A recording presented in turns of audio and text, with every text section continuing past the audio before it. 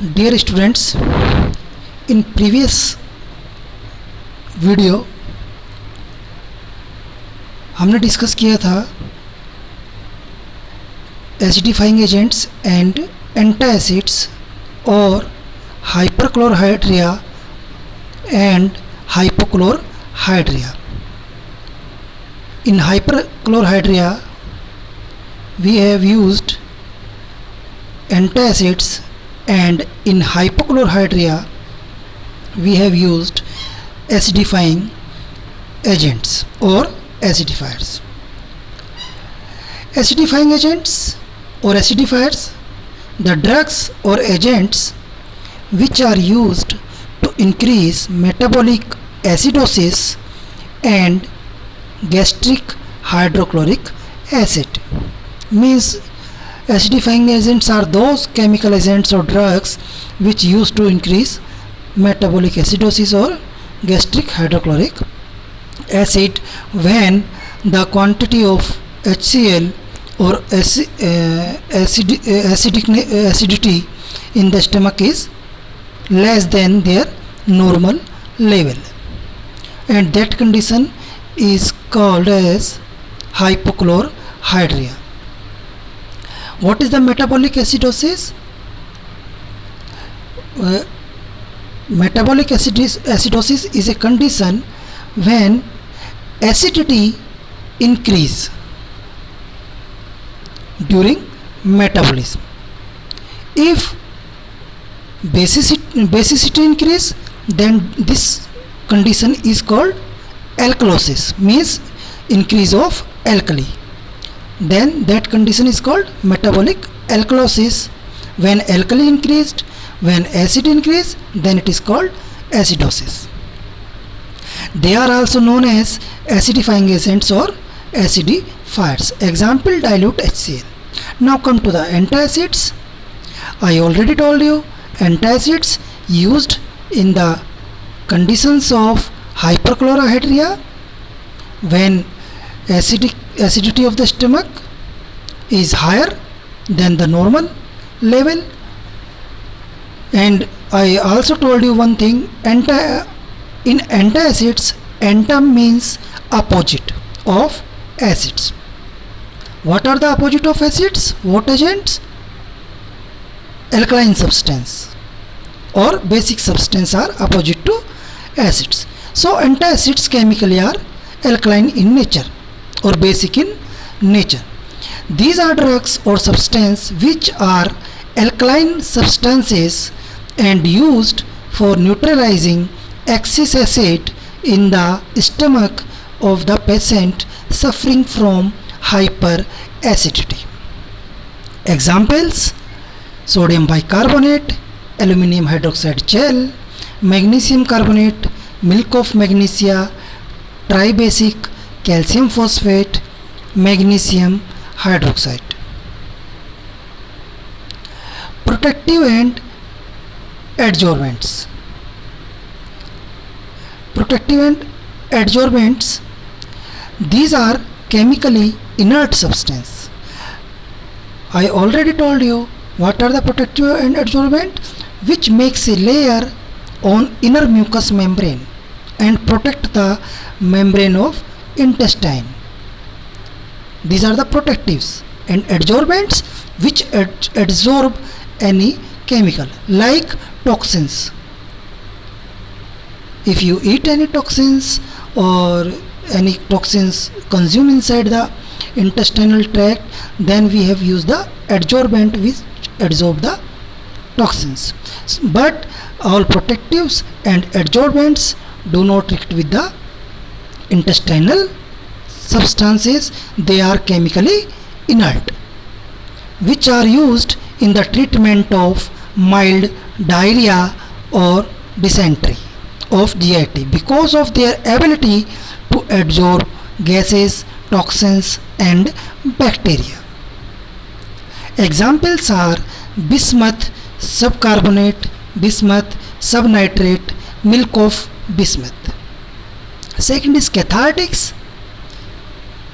I already told you cathartics used to correct the bowel movement and these are used for easy defecation of the feces. Cathartics may be defined as the drugs which bring about defecation. They are beneficial in constipation and for expulsion of intestinal parasites. ये किस में beneficial है?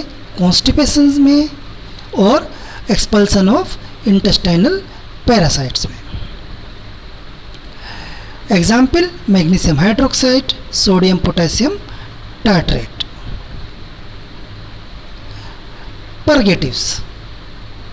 Purgatives work same like cathartics, but these are mild in their intensity than the cathartics, and purgatives are also cathartics which act similarly but are generally mild in their nature of action. Example potassium bitartrate. Next is laxatives. Laxatives are mild type of purgatives.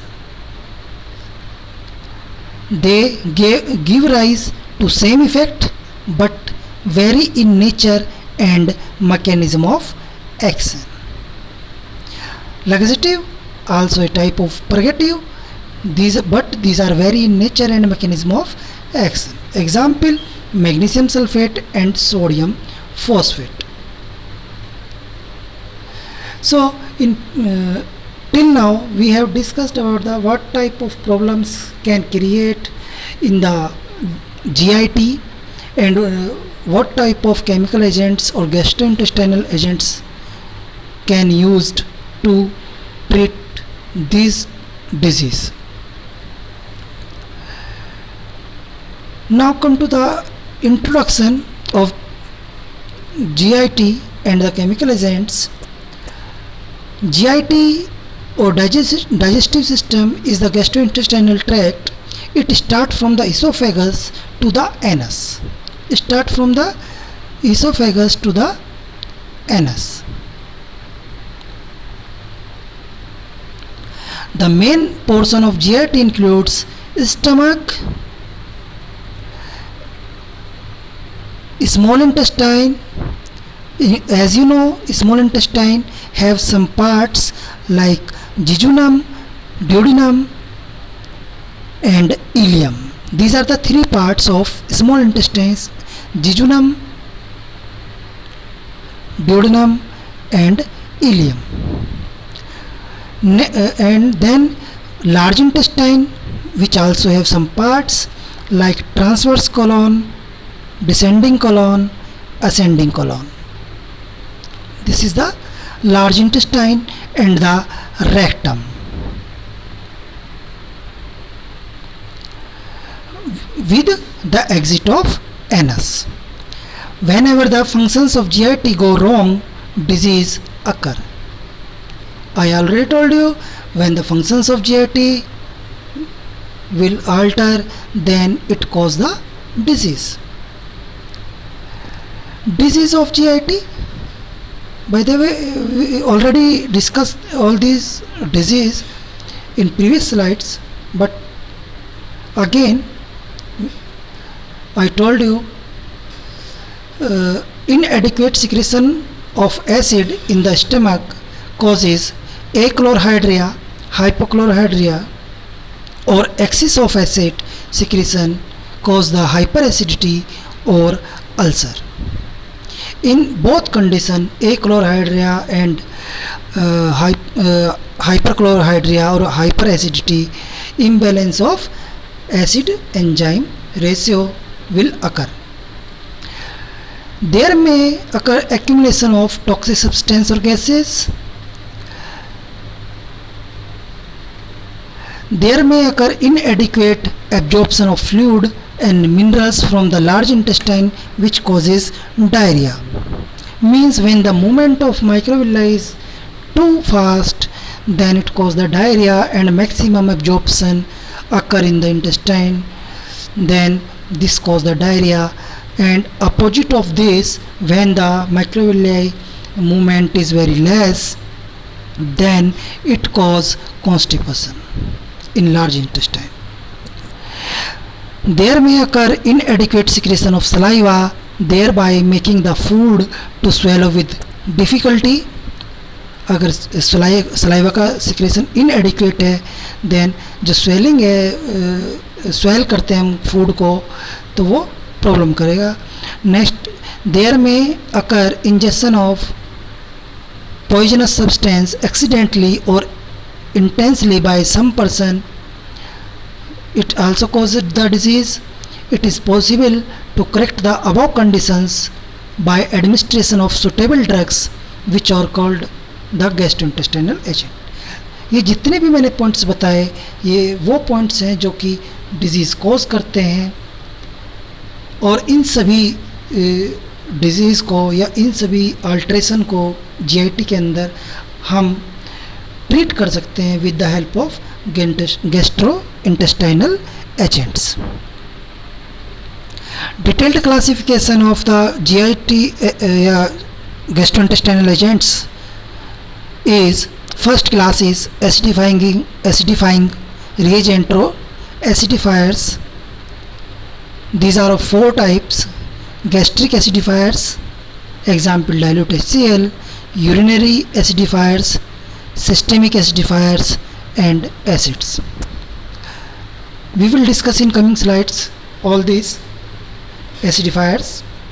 Next class is antacids, systemic or absorbable antacids, sodium bicarbonate, non-systemic, non-absorbable antacids. So many examples: aluminum containing antacids, aluminum hydroxide, aluminum phosphate; calcium containing antacids, calcium carbonate, tribasic calcium phosphate; magnesium containing antacids like magnesium carbonate, magnesium hydroxide; combination antacid preparations, example aluminum hydroxide gel and magnesium hydroxide. Combination antacids means which have more than one type of antacids, means like aluminum hydroxide gel is a antacid and another antacid is magnesium hydroxide. So sometime we have given the antacids in combination. Next example is aluminum hydroxide gel and magnesium trisilicate. One more thing, what is the difference between systemic and non-systemic antacid? Systemic, which are absorbed in the blood or systemic circulation and goes to the whole body, and non-systemic, it is a non-absorbable, it is not goes to the blood.